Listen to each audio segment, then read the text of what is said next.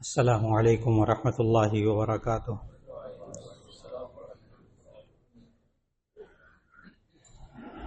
نحمده ونصلي على رسوله الكريم، اما بعد فاعوذ باللہ من الشیطان الرجیم، بسم اللہ الرحمن الرحیم۔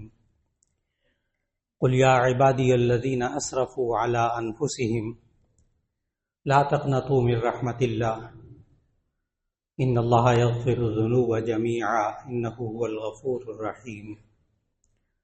صدق اللہ العظیم۔ اللہ رب العزت نے انسان کو پیدا کرنے کا مقصد یہ بتایا قرآن مجید میں کہ ہم تمہیں صرف یہ آزمانا چاہتے ہیں کہ لنبلوکم ایکم احسن عملا، کہ تم میں سے کون شخص زیادہ اچھے کام کرتا ہے۔ اس انسان سے اچھے کام ہو جائیں تو اللہ تعالیٰ نے اس کا بدلہ دینے کا معیار کچھ اور رکھا ہے، اور اگر اس انسان سے گناہ ہو جائے تو اللہ تعالیٰ نے اس کا بدلہ دینے کا معیار بالکل مختلف رکھا ہے۔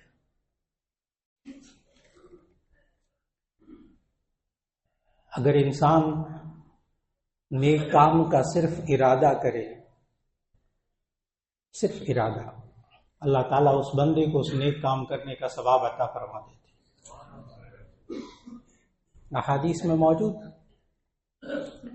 نبی صلی اللہ علیہ وسلم کے سامنے بعض صحابہ نے عرض کیا، یا رسول اللہ صلی اللہ علیہ وسلم، ذہب اہل الدثور بالاجور، کہ یہ مالدار لوگ سارا ثواب لے گئے، ہم بھی نمازیں پڑھتے ہیں، یہ بھی نمازیں پڑھتے ہیں، ہم بھی روزے رکھتے ہیں، یہ بھی روزے رکھتے ہیں، ہم بھی عبادات کرتے ہیں، یہ بھی عبادات کرتے ہیں، لیکن ان کے پاس مال و دولت ہے، یہ اس سے وہ عبادات کرتے ہیں، صدقہ ہے، زکوٰۃ ہے، قربانی ہے، عمرہ ہے، حج ہے، یہ مال کی وجہ سے وہ عبادتیں کرتے ہیں کہ ہم نہیں کر سکتے۔ اور پھر صحابہ نے اس وقت اپنی یہ تڑپ ظاہر کی کہ اگر ہمارے پاس مال ہوتا تو ہم بھی یہ نیک کام کرتے۔ عین اس وقت نبی صلی اللہ علیہ وسلم نے فوراً فرمایا، جب تم نے یہ نیت کر لی کہ اگر ہمارے پاس مال ہوتا تو ہم بھی یہ نیک کام کرتے، اللہ نے وہ سارا ثواب تمہیں بھی عطا فرمایا۔ صرف ارادہ، صرف انسان نیک کام کرنے کی نیت کر لے، اللہ اس کو ثواب عطا فرما دیتا ہے اس کام کا۔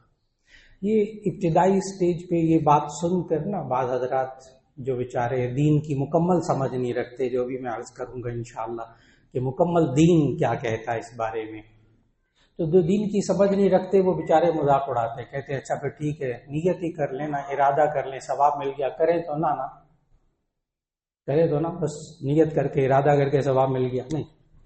انہوں نے دین کو سمجھا نہیں، اللہ کے اس پورے نظام کو سمجھا نہیں جو میں عرض کرنے لگا ہوں کہ اللہ نے یہ ہمیں سمجھایا کہ تم صرف ارادہ کر لو، تمہیں اس نیک کام کا ثواب مل جائے گا۔ نمبر 2، اس نیک کام کی کسی کو صرف راہ دکھا دو، بس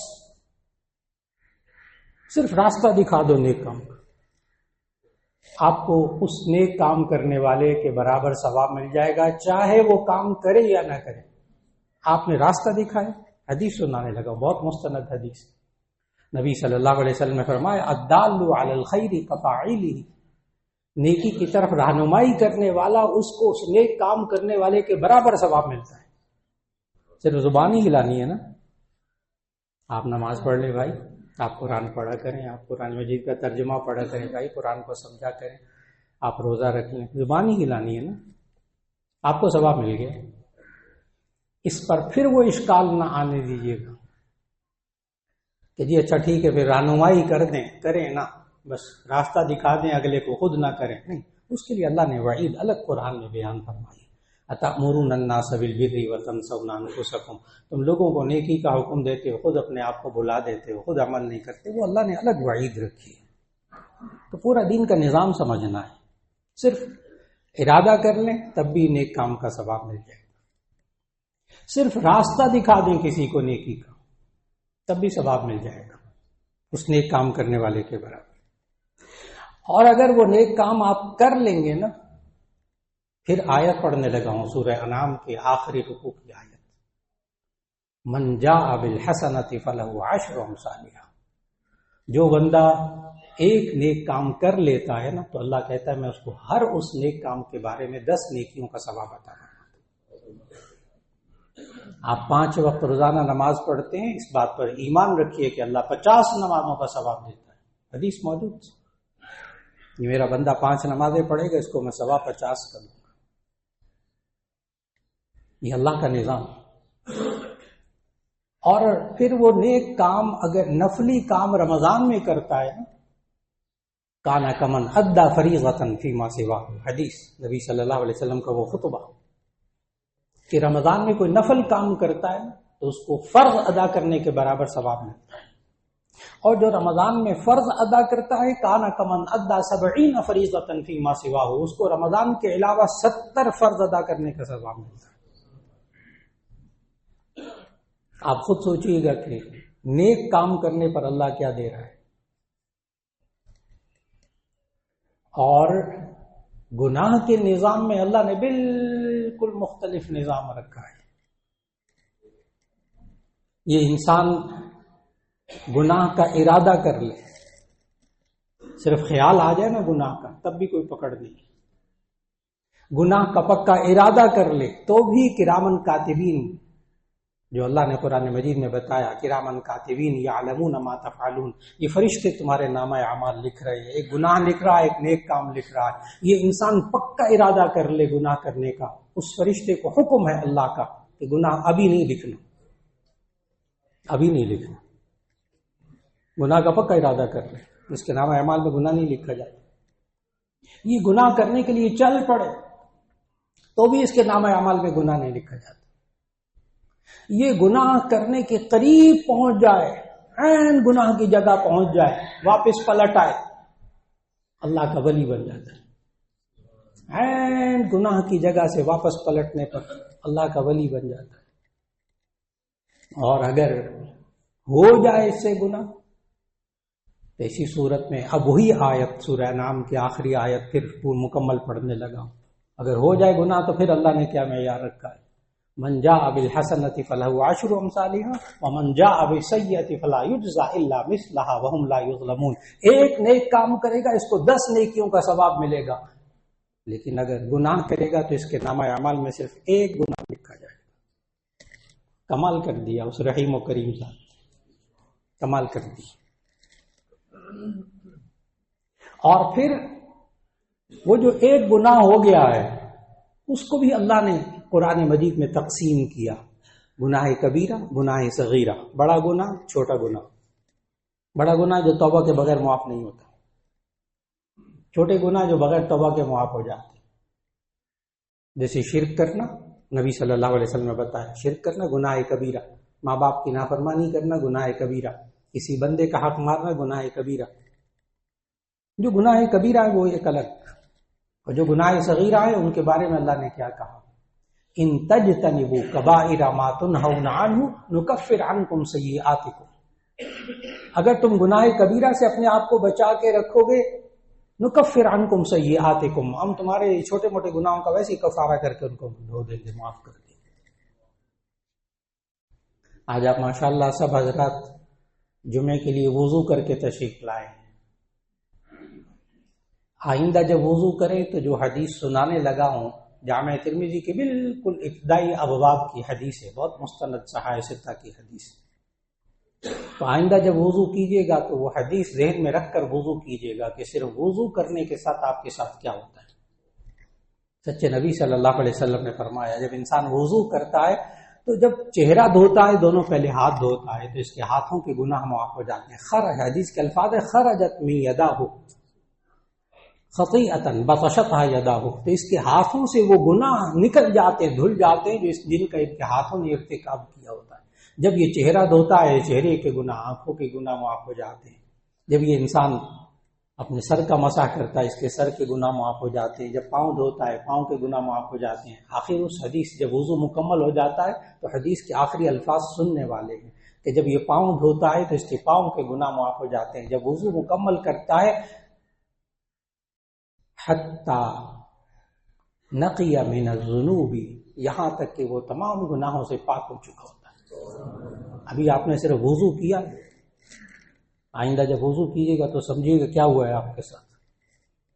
اللہ نے آپ کے گناہوں کو دھو دیا۔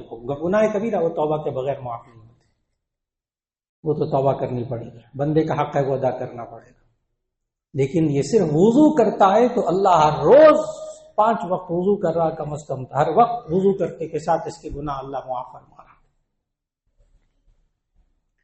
اور پھر جو گناہ کبیرہ ہے نا، بڑے بڑے گناہ جس سے انسان واقعی بڑا پریشان ہوتا ہے، کیا کریں بڑے بڑے گناہ ہو گئے، کیا اللہ رمضان میں ہمیں وہ بھی معاف کر دے گا؟ کیونکہ کل سے انشاءاللہ مغفرت کا عشرہ شروع ہو رہا، اپنے گناہوں کی خوب معافی مانگے انسان۔ اس سے ہوتا کیا ہے، انسان کی زندگی پر اس کے کیا اثرات ہوتے ہیں اس مغفرت کے مانگنے کے، اس کو قرآن مجید سے سمجھنا ہوگا کہ اللہ تعالیٰ نے ہمیں سمجھایا کہ بڑے بڑے گناہ قرآن مجید میں اللہ نے ذکر کیے، اور سب سے بڑا گناہ جو اللہ نے قرآن میں بتایا وہ شرک۔ یہ اس سوال کا جواب عرض کرنے لگا ہوں کہ بہت سے حضرات کے ذہنوں میں ہوتا ہے کہ ہماری زندگی میں بڑے بڑے گناہ ہو گئے، پتہ نہیں کیا کیا بڑے بڑے، کیا سب اللہ معاف کر دے گا؟ تو اس کا جواب یہ ہے کہ سب سے بڑا گناہ اللہ کے نزدیک قرآن مجید میں بتایا کہ وہ شرک ہے، ان شرک لظلم عظیم۔ اور مشرک کے بارے میں اللہ نے یہاں تک فرمایا کہ ان اللہ لا یغفر ان یشرک بہ ویغفر ما دون ذلک لمن یشاء، اللہ مشرک کو نہیں بخشے گا، باقی ہر ایک کو بخش دے گا۔ تمام مفسرین نے اس آیت کی تفسیر میں لکھا ہے کہ ان اللہ لا یغفر ان یشرک بہ، کہ اللہ تعالیٰ مشرک کو نہیں بخشے گا، باقی ہر ایک کو بخش دے گا۔ تمام مفسرین نے احادیث کی روشنی میں اس آیت کی تفسیر یہ کی کہ یہ تب ہے جب کہ شرک کی حالت میں موت آئی ہو۔ اگر یہ زندگی میں شرک جو سب سے بڑا گناہ ہے، اگر اس سے بھی توبہ کر لے گا اللہ وہ بھی معاف کر دے گا، وہ بھی معاف کر دے گا۔ اس کی میں بہت ہی حساس مثال عرض کرنے لگا ہوں، حساس، بڑا سنبھل کر۔ کتنے صحابہ مشرکین مکہ میں سے تھے، 30 سال 40 سال ہو گئے تھے ان کو شرک کرتے ہوئے، بتوں کی پرست، 360 بتوں کی پرستش کرتے، لیکن جب کلمہ پڑھ لیا، اللہ سے توبہ کر لی، شرک سے باز آ گئے، رضی اللہ عنہم ورضوا عنہ، اللہ ان سے راضی ہو گئے، اللہ ان سے راضی ہو گئے، بشرطے کہ یہ انسان توبہ کر لے۔ یہ دو چیزیں الگ الگ ہیں۔ صرف استغفر اللہ کہنے سے کیا ہوتا ہے اور توبہ کرنے سے کیا ہوتا ہے؟ نبی صلی اللہ علیہ وسلم دونوں چیزیں سکھائی ہیں، دونوں چیزیں سکھائی ہیں، ایک استغفار اور ایک توبہ۔ ان دونوں کا مطلب ذہن میں رکھ لیجیے گا۔ ایک گرہ ہے ذہن کے اندر جو کھلنی چاہیے، صرف استغفار کافی نہیں، توبہ ضروری ہے۔ استغفار کا مطلب مغفرت مانگنا، اے اللہ مجھے معاف فرما دے، گناہ ہو گیا مجھے معاف فرما دے، یہ استغفار۔ اور توبہ کا لفظی مطلب ہوتا ہے رجوع کرنا، واپس پلٹ آنا، اے اللہ آئندہ نہیں کروں گا، یہ ہے توبہ۔ اے اللہ آئندہ نہیں کروں گا، میں تیری طرف لوٹ کر واپس آ رہا ہوں، اب نہیں جاؤں گا گناہ کی طرف۔ یہ وہ ہے کہ جس کے لیے نبی صلی اللہ علیہ وسلم کی مستند حدیث کہ التائب من الذنب کمن لا ذنب لہ، گناہ سے توبہ کرنے والا ایسا ہے جیسے اس کے ذمہ گناہ ہے ہی نہیں۔ شرک سے توبہ کر لی یعنی آئندہ نہیں کیا، یہ اس کے ذمہ گناہ رہے گا ہی نہیں، اب آخرت میں نہیں پوچھا جائے گا۔ اس نے کبھی ماں باپ کی نافرمانی کی، کبھی دکھ پہنچایا، غلطی کا احساس ہو گیا، معافی مانگی اللہ سے، توبہ کی، اللہ بس ایک غلطی ہو گئی بہت، 10 سال 15 سال 20 سال میں نے بڑا ماں باپ کو دکھ پہنچایا، اب نہیں پہنچاؤں گا، بس پکا وعدہ کر لیا، آئندہ نہیں کیا، اب یہ نامہ اعمال میں سے گناہ دھل گیا، بشرطے کہ دوبارہ نہ کرے۔ التائب من الذنب کمن لا ذنب لہ، یہ استغفار پر بشارت نہیں ہے، یہ توجہ سے میں جو گرہ کو کھولنا چاہتا تھا نا حدیث کی روشنی میں، وہ یہ استغفار سے یہ کیفیت نہیں آتی کہ نامہ اعمال میں گناہ ہی نہ رہے، یہ توبہ سے آتی ہے۔ جب یہ انسان آئندہ وعدہ کر لے آئندہ نہیں کروں گا، پھر اس کے ذمہ واقعی وہ گناہ نہیں رہتا، پھر اللہ واقعی اسے معاف کر دیتا ہے۔ اور پھر اللہ تعالیٰ نے ہمیں سمجھایا قرآن مجید کے اندر جو ابھی سورہ زمر کی میں نے 24ویں پارے میں سورہ زمر کی آیت نمبر 52 کی تلاوت کی اللہ نے توفیق عطا فرمائی، اس میں اللہ نے کتنا ہمیں سہارا دیا اس آیت کے ذریعے۔ قل یا عبادی الذین اسرفوا علی انفسہم لا تقنطوا من رحمت اللہ ان اللہ یغفر الذنوب جميعا انہ هو الغفور الرحیم۔ اے نبی صلی اللہ علیہ وسلم آپ ان سے کہہ دیجئے، قل کہہ دیجئے، یا عبادی الذین اسرفوا، اے میرے وہ بندو جنہوں نے اپنی جان پر بڑا ظلم کر لیا، بڑی زیادتی کر لی گناہ کر کے، لا تقنطوا من رحمت اللہ، اللہ کی رحمت سے مایوس مت ہو، اللہ کی رحمت سے مایوس مت ہو۔ ان اللہ یغفر الذنوب جميعا، اللہ سارے گناہ معاف کر دے گا۔ انہ هو الغفور الرحیم، وہ بڑا بخشنے والا نہایت رحم کرنے والا ہے۔ لیکن شرط یہ ہے کہ وہ توبہ کر لے، پھر بعد میں واپس اس گناہ کی طرف نہ آئے، اللہ یقیناً معاف کر دے گا۔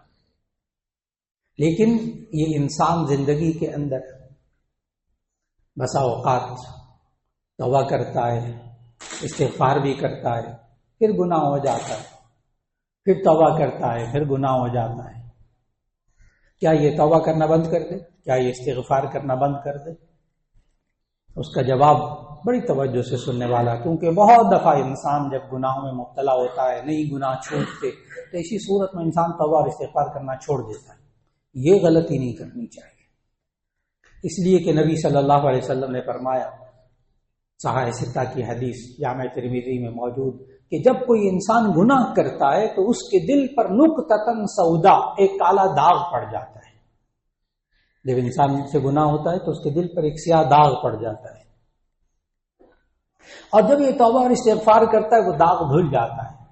لیکن اس حدیث کے آخر میں یہ ہے کہ اگر انسان گناہ اس سے ہوتے رہیں اور وہ توبہ اور استغفار نہ کرے تو وہ نقطے کالے داغ پڑتے پڑتے دل سیاہ ہو جاتا ہے، پھر اس کو توبہ کی توفیق نہیں ہوتی، پھر یہ واپس نہیں پلٹتا، پھر یہ اللہ سے معافی نہیں مانگتا۔ پھر اس کے اندر اس کی نشانی کیا ہوتی ہے؟ ایسے بندے کی نشانی یہ ہوتی ہے کہ وہ گناہ کو گناہ نہیں سمجھتا، اس کے اندر سے گناہ کے گناہ ہونے کا احساس ختم ہو جاتا ہے۔ جب احساس ختم ہو جاتا ہے وہ توبہ اور استغفار نہیں کرتا۔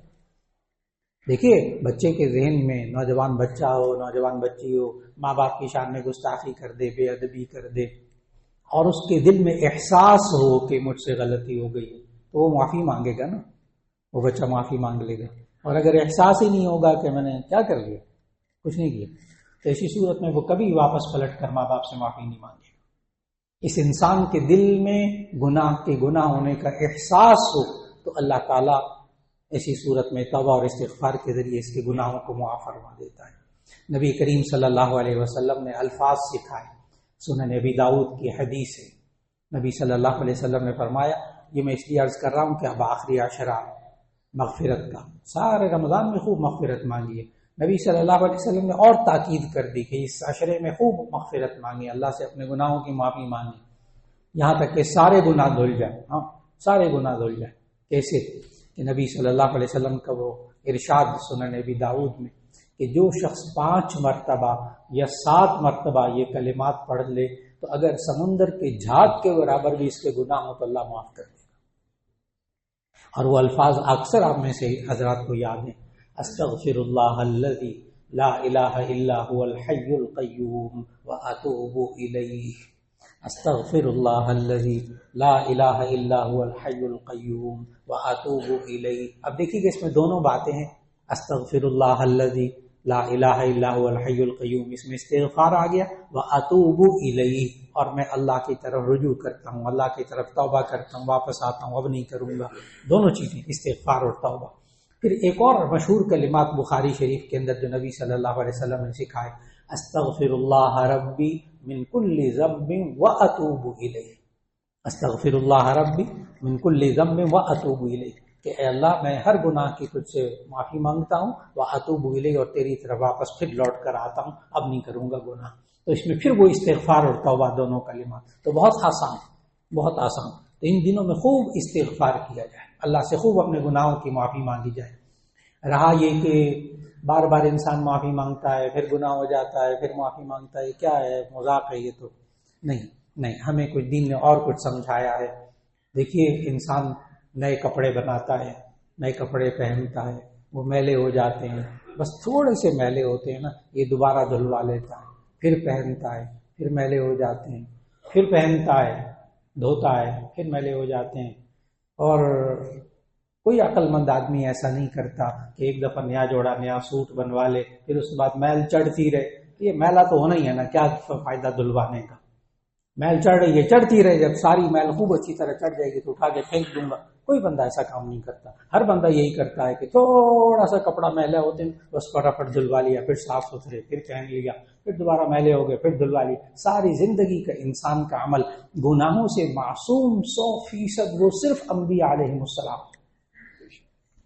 ہمارا عقیدہ گناہوں سے معصوم صرف انبیاء علیہ السلام، باقی ہر انسان سے خطا ہو سکتی ہے، ہر انسان سے غلطی ہو سکتی ہے، لیکن بھرپور کوشش کی جائے کہ اپنے مزاج میں گناہوں پر جرأت نہ آنے دی جائے۔ یہ خطرناک نشانی ہے بندے کی، گناہوں کی جرأت نہ ہونے دی جائے۔ کیا کہ کوئی نہیں، گناہ ہو جائے کوئی بات نہیں، اس کے بعد میں توبہ استغفار کر دوں گا، نعوذ باللہ من ذلک، نعوذ باللہ من ذلک۔ یہ تو انسان گویا کہ اللہ کی رحمت اور مغفرت کا مذاق اڑا رہا ہے، مذاق اڑا رہا ہے کہ کوئی بات نہیں، کوئی بات نہیں، میں گناہ کر لوں گا پھر اس کے بعد معافی مانگ لوں گا۔ یہ مزاج نہ بننے دیا جائے، یہ مزاج نہ بننے دیا جائے۔ بحیثیت انسان ہونے کے گناہ ہو جائے، اللہ نے توبہ اور استغفار کا دروازہ رکھا ہے، اور ذہن میں رکھیے گا اس توبہ اور استغفار کرنے سے بعض لوگ سوال کرتے ہیں، الجھتے بھی ہیں، بعض دفعہ کسی بزرگ کے پاس جاتے ہیں، نیک بند عالم کے پاس جاتے ہیں کہ بہت پریشان ہوں، کاروبار بھی ایسا ہے، حالات بھی ایسے ہیں، بس گھر میں بھی بے سکونی ہے، میں کیا کروں؟ تو آگے سے وہ بزرگ سمجھاتے ہیں، بہت سی باتیں سمجھاتے ہیں کہ قرآن مجید کی تلاوت کریں، نماز پڑھیں، ساتھ وہ یہ بھی کہتے ہیں توبہ اور استغفار کریں، وہ یہ بھی کہتے ہیں توبہ اور استغفار کریں۔ تو بعض لوگ پتہ آگے سے کیا کہتے ہیں، کہتے ہیں خالی توبہ استغفار کرنے سے کیا ہوتا ہے، کچھ کرنا بھی تو چاہیے۔ اس سوال کا جواب غور سے سمجھنا ہے قرآن مجید کی آیت کی روشنی میں۔ کیا صرف توبہ اور استغفار کافی ہے؟ تو اس کا جواب یہ ہے کہ جو بندہ یہ کہے نا کہ کیا صرف توبہ اور استغفار کافی ہے، اس نے توبہ اور استغفار کو سمجھا ہی نہیں، اس نے توبہ اور استغفار کو سمجھا ہی نہیں، اس کی حقیقت کو یہ جو ابھی پوری تفصیل عرض کی۔ اے اللہ مجھے گناہ معاف فرما دے، اے اللہ میں نے اللہ اور اس کے رسول کی نافرمانی کی ہے، اے اللہ مجھے معاف فرما دے، آئندہ نہیں کروں گا۔ جب وہ یہ کہے گا آئندہ نہیں کروں گا اور واقعی نہیں کرے گا تو اس کی زندگی درست ہو جائے گی نا۔ یہ ہے کام، اصل یہ ہے کہ اس نے یہ کہا میں گناہ نہیں کروں گا، یہ کرنے کا کام۔ اور یہ بات اللہ تعالیٰ نے حضرت ہود علیہ السلام کے ذریعے اپنی قوم کو پہنچائی۔ اب وہ آیت پڑھنے لگا ہوں سورہ ہود کی۔ ہود علیہ السلام نے اپنی قوم سے کہا، اب اس سوال کا جواب دینے لگا ہوں، ہم اپنے گھروں کے حالات کو کیسے درست کریں، ہم اپنے خاندان کے حالات کو کیسے درست کریں، ہمارے کاروبار کے حالات کیسے درست ہو جائیں، اللہ کی رحمت کیسے آ جائے، ہم کیا کریں کہ ہمارے ملک پر اللہ کی رحمت آ جائے۔ تو غور سے آیت سننے والی ہے، کیونکہ دور حاضر کا بہترین ایک دکھتا ہوا سوال کا بہترین حل ہے۔ حضرت ہود علیہ السلام نے اپنی قوم سے کہا، یا قوم استغفروا ربکم ثم توبوا الیہ یرسل السماء علیکم مدرارا ویزدکم قوۃ الی قوتکم ولا تتولوا مجرمین۔ یا قوم استغفروا ربکم، اے میری قوم تم اپنے رب سے اپنے گناہوں کی معافی مانگو، استغفار کرو۔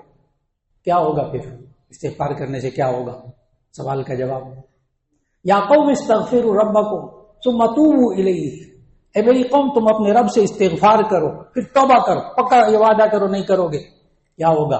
یرسل السماء علیکم مدرارا، اللہ تم پر آسمان سے موسلا دھار رحمت کی بارش نازل کرے، وہی تمہارے رزق کے اندر اللہ برکت دے دے گا، وہی تمہارے مال کے اندر برکت دے دے گا، وہی معاشرے کے اندر اللہ سکون دے دے گا، لیکن کب؟ جب اللہ اور اس کے رسول صلی اللہ علیہ وسلم کی نافرمانی کو چھوڑ دیں گے، اللہ رحمتیں نازل کرے گا۔ وَيَزِدْكُمْ قُوَّةً إِلَىٰ قُوَّتِكُمْ، اور آج تم اپنے آپ کو اتنی مسلمان اتنی بڑی تعداد میں ہوتے ہوئے اپنے آپ کو کمزور اور بے بس محسوس کر رہے ہو نا، صرف ایک کام شروع کر دو کہ اللہ اور اس کے رسول کی نافرمانی بند کر دو، اور اپنی 24 گھنٹے کی زندگی کو اللہ اور اس کے رسول صلی اللہ علیہ وسلم کے حکم کے مطابق بنا لو۔ وَيَزِدْكُمْ قُوَّةً إِلَىٰ قُوَّتِكُمْ، اللہ تمہاری قوت میں اور اضافہ کر دے گا۔ اور یہ جو آج امت مسلمہ کمزور ہو گئے، ایک ملک کمزور نظر آتا ہے، ایک گھرانہ، ایک خاندان کمزور نظر آتا ہے، اللہ تعالیٰ پھر اس کے اندر قوت پیدا کر دیتا ہے، بشرطے کہ یہ مسلمان توبہ اور استغفار کی طرف آ جائے، یعنی اللہ اور اس کے رسول کی نافرمانی کو اپنی زندگیوں سے نکال دے۔ اللہ ان بابرکت لمحات میں ہمیں خوب توبہ اور استغفار کرنے کی توفیق عطا فرمائے، اور اپنی زندگیوں سے اللہ اور اس کے رسول صلی اللہ علیہ وسلم کی نافرمانی کو ختم کرنے کی توفیق عطا فرما دے۔ وآخر دعوانا ان الحمد للہ رب العالمین۔